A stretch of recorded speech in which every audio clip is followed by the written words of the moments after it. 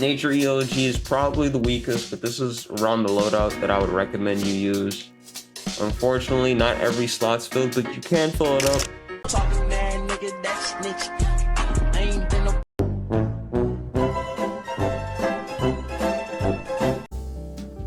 Hey, what is going on, guys? It's the boy Red Symbols here, and today we got a nature guide video, hopefully to help you out with your nature tunes for the people that don't understand it as much. For every healer, you're gonna need two things, and that's gonna be these two things. You're gonna need your priority heal and your group heal. On every heal build, no matter what, you should have these two abilities. Now, nature works a little different because the main thing with nature is you get these things called HOTS. HOTS are what are known as heal over time. So nature, normally your loadout, you're gonna want these four abilities. Personally, I like to run it like this. The reason I have it learned like this is because it's an easy clippable. As you can see, I just clipped my three abilities, and if you look here, you see I have my 3 pheromones and metabolism. If I activate this, which refreshes all of them, I get my 4 pheromones up. However, you do not get the buff from your metabolism, because metabolism gives you pheromones and the metabolism hot as well.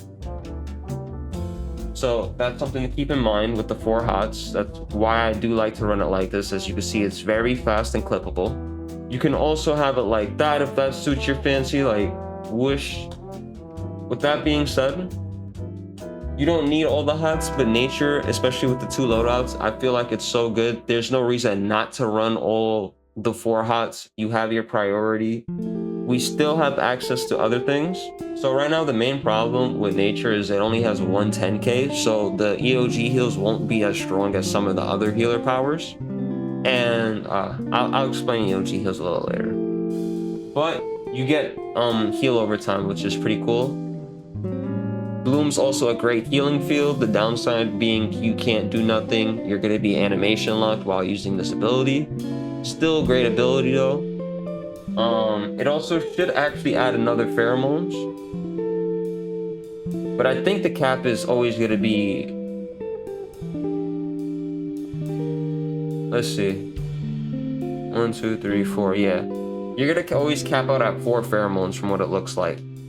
These 2 are probably the 2 good supercharges if you was to EOG spam. And now normally, right, a lot of people will tell you not to use Swarm Shield because nature, if I'm correct, has the weakest shield in the game. That's something to keep in mind. Now, like I said, we're going to be using it because we're not using any iconics, but if you have the White Lantern shield, obviously replace Swarm Shield with that, or you could add both. But so far, you would want to run these abilities. You still have 3 abilities left. If you are running an EOG build, you should run your supercharge generator to help build up your supercharge.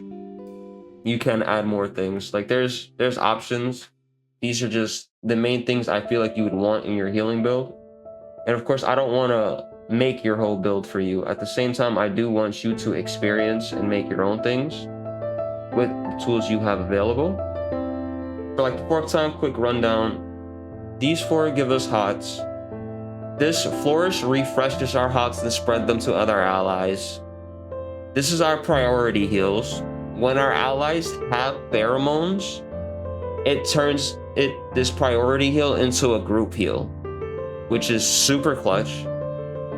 Serpent Calling is here just to give you supercharge generators so you can use your ultimates or your supercharges, especially if you're an EOG healer. These are going to be the 2 best supercharges that nature can give you. Obviously, if you have more things that you want to use, feel free.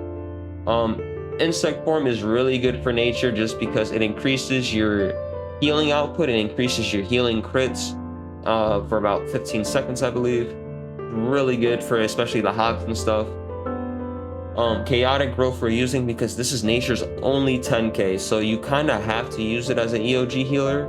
If you're not using 10ks as an EOG, respectfully, you're doing it wrong. We have Bloom. Bloom's a great ability that if you're just trying to fill out all the slots, I do really feel use Bloom. Bloom is a great ability in my opinion. and swarm shield, because if you have the room, why not have a shield? Now, insect form, if you check, you're gonna get a whole nother loadout, and legit, you can just run the same build on insect that you use in healer. Or if you want, you can add, you could fill it up with different things. It's really on you on how you're gonna play the build.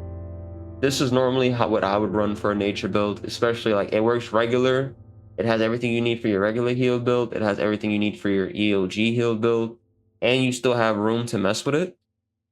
So with testing all the artifacts that I've used and stuff, if you're going to EOG heal, first thing you're gonna have to do for artifacts, you're gonna have to put on these two for your EOG heal.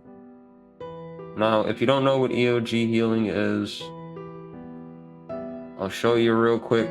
EOG healer means you have Eye of Gemini. Eye of Gemini stands for when you're in combat and you use a supercharge, you'll do this green line. If you notice, my supercharge goes up on the top left because we do that. So now that you know what an EOG is, we're gonna get into how we build this. You're gonna need EOG. That's the first thing you gotta do if you're gonna EOG heal. Now, the second thing you're probably gonna want scrap. Just so you can keep on spamming as much greens as possible. Now, next, as a nature EOG healer, normally for most powers, I would recommend Page of Destiny or Purple Healing Ray. But specifically because we're using nature, this is where I would recommend Transformation card. Because of all the hots that you're going to be doing, you're going to be critting as much as possible. So this is going to be 3 arts already down if you're EOG healing. And then followed by our newest artifact, Razor. This is what's going to give you pretty much a might buff. It's just really good, especially for nature. I can't see it not being used. It's just kind of too good. So these artifacts are the ones that I like to think of for nature. And then Quizlet is just to help build your supercharge. A lot of people don't like it, and a lot of people think it's pretty much out the meta. Personally, for me, when I'm on an EOG build, I personally like Quizlet. The main reason when you're using Quizlet, when you use a superpower, Quizlet will use Mega Blast with a 5-second cooldown. When he uses Mega Blast, you gain 1% supercharge when this artifact is maxed at 200. So legit, we're just doing that every 5 seconds. We build 1% supercharge when using a superpower. So for nature, for a full EOG build setup, I would run this. For allies, again, for an EOG healing setup, what you're going to want to be using is Black Adam and Flash. There's no questions about it. Flash gives you 15% of your supercharge when you pop it back instantly. Boom. Black Adam gives you 35% more supercharge from supercharged gen abilities. Both of them are pretty self-explanatory. Constantine, he's just a buff, because you know as a healer, you buff it up. But again, our combat ally is not too important. Don't worry too much about that. For skill points, then you're gonna go here, you go here, you'll go here. Now realistically, you can max it out. What I personally like to do as a start with my skill points, I like to put 100 skill points into each thing. Because when you do that, you get 10%, a hard lock 10% restoration, which you only get once you get the 100 skill points into. So I'd like to do this. Then I put 100 into here, just so we're a little more tanky. Put 100 into my Empower, just so we have a 10% more power.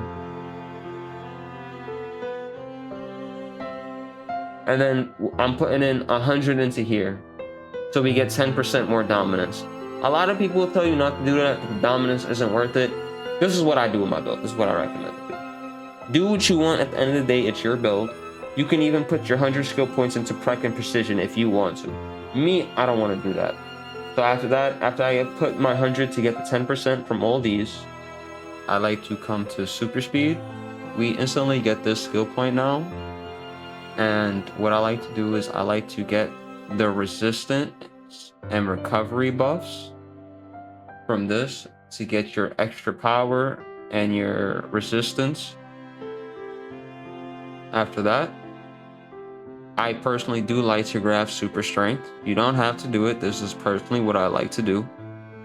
And then after that, I'm gonna dump the rest into here. And now we're just gonna go for max for here. Then after we get the max from here, we're gonna be going for here. That's how I handle my skill points. As far as for the mods, these are the mods that you should be going for.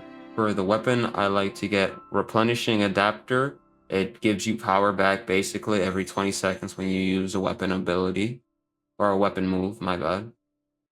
For the headpiece, we are using supercharged chaotic growth. This gives you 10% of your supercharge back from your 10k. You only use this if you do not have the ultimate head mod. If you have the ultimate head mod, you use that one instead. If you have the ultimate mod for the headpiece, you'll rather use this instead. This gives you 15% supercharge whenever you use any supercharge. That's why it's better. For your neck piece, we're going to be using Focus Restoration 5. For the back piece, you're going to want to use Ultimate Accelerator Power Mod. If you do not have the ultimate back piece, you will be using Accelerated Swarm Shield. For the chest piece, I highly recommend using Power Efficiency because nature is a very power-hungry power. For the legs, feel free to use Serpent Calling, Restorative Serpent Calling. For the hands, I use Regenerating Shield. And then for the feet, you can use Tumble Master, but you can also use Ultimate Tumbling Master. So for your Infinity mod, you're gonna want to put Restoration for A and B. For your Type C mod, you're gonna want to put Healing Conservation. And then for your Type D, you're gonna want Field Medic. These activate when you have elite pieces on. These are great mods. For your blue mods, you're gonna want Power. Your support mod, you're gonna want Restro. And to be honest, offensive doesn't really matter too much. That's on you, whether you're going to be might or if you're gonna be doing maybe precision for some reason, precision healing or whatever. So the last two things I want to be talking about real quick are the artifacts I would use if you're going for a pure healing build. Which would be transformation, as we talked about. I would use for a pure healing build, I would use Book and Razor. They're just really good. And then I'd finish it off with just Purple Healing Ray and Page of Destiny. For this will be mostly your build for most pure heal builds. You can switch it up obviously, but these are the artifacts I would use if you're not good at EOG. And then if we're not EOGing, what I personally like to do, I like to use Cyborg. And I used to use Oracle back in the days. Yeah, so the reason we're gonna be using Batman Who Laughs, he'll give you a card that increases your power regeneration. You'll be able to use that, or you can use Oracle. Oracle, after using 6 abilities, you'll get 12% of your power back. Pick your poison. Those are 3 allies that I highly recommend if you're not going to EOG. But here's just what I'd recommend to help you be less power hungry and more power efficient. And after that, now let's talk about the iconics. I want to give you some honorable mentions. We didn't talk about them because they're not actually a part of the power sets, but they are still very good and helpful. So here are some iconics that you can and should use, whether you can fit it into your build or not. That is on you and your decision. Starbolt is our first iconic we're going to be looking at. It's really good for EOG builds. This will help you build supercharge alongside your supercharge generator. Next up, looking at if you have the White Lantern ring, you get the life shield. This is a really good shield. Pretty standard shield to use for your group if you have it, and highly recommend. If you're only going to be using one shield in your build, replace Swarm Shield with Life Shield. For our Blue Lantern Ring, the first ability we're looking at is Empowering Pulse. It's a group heal ability. Really good. I don't see a reason not to use it, and it gives a might buff. Next up is Hope Wave. Hope Wave is a supercharged generator that is a combo power and also heals. For an EOG build, this would automatically be used because it is a supercharged generator. So if you're EOG building, find a way to fit this into your loadout. Speaking of Hope, it is a heal field that lasts for 20 seconds with a 40-second cooldown and gives a might buff. Surging Barrier, it's a shield supercharge that gives you all your power back. That's the main reason I recommend to use this ability if you don't have it. The fact it gives you all your powers and makes very power-hungry powers really usable and reliable. So for a nature healing build, I really recommend fitting Surge Barrier into it. Another supercharge to look at is Sunstone Blast. It gives you a heal multiplier for 6 seconds. Really good, and can give you that buff you need when you have to heal a Lazarus proc.